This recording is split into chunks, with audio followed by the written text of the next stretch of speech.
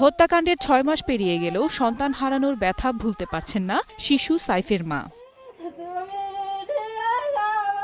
মাছ চাষের জলাশয় নিয়ে বিরোধের জেরে গেল বছরের ২১শে মে দৌলতপুর উপজেলার হোসেনাবাদ গ্রামের দ্বিতীয় শ্রেণীর ছাত্র সাইফকে হত্যা করে নদীতে ফেলে দেওয়া হয়। পরে সাইফের বাবা সিদ্দিক আলী একই এলাকার ১০ জনকে আসামি করে থানায় মামলা করেন। তবে ৬ মাস পেরিয়ে গেলেও মামলার চার্জশিট দিতে পারেনি পুলিশ। মারার পরে আমার ছেলের বিচার পাইছি না, আমরা হুমকি দিছে যে কেস তুলি নেয়, নাহলে সমস্যা আছে।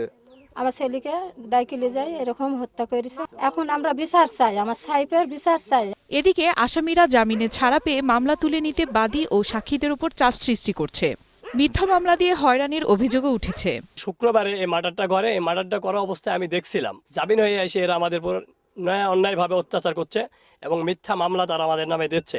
সাক্ষী প্রমাণ থাকলেও সব মিথ্যা বলে দাবি মামলার এক আসামির। কারা ছেলে মারিছে, কি বিষয়, কি বৃত্তান্ত, কার সাথে গন্ডগোল, আমার দাদার সাথে গন্ডগোল কি আমার বাবার সাথে গন্ডগোল কি আমার সাথে গন্ডগোল, আমরা কিছুই জানি না। তার হুমকি বন্ধে পদক্ষেপ নেওয়ার পাশাপাশি শিগগিরই মামলার চার্জশিট দাখিল করা হবে বলে টেলিফোনে আশ্বাস দেন মামলার তদন্তকারী কর্মকর্তা।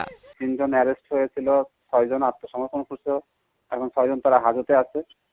ইতিমধ্যে আমরা তদন্ত অনেক দূর পর্যন্ত এগিয়ে গেছে। শিশু সাইফ হত্যার আসামিদের দৃষ্টান্তমূলক শাস্তি দাবি করেছে নিহতের পরিবারের সদস্য সহ এলাকাবাসী।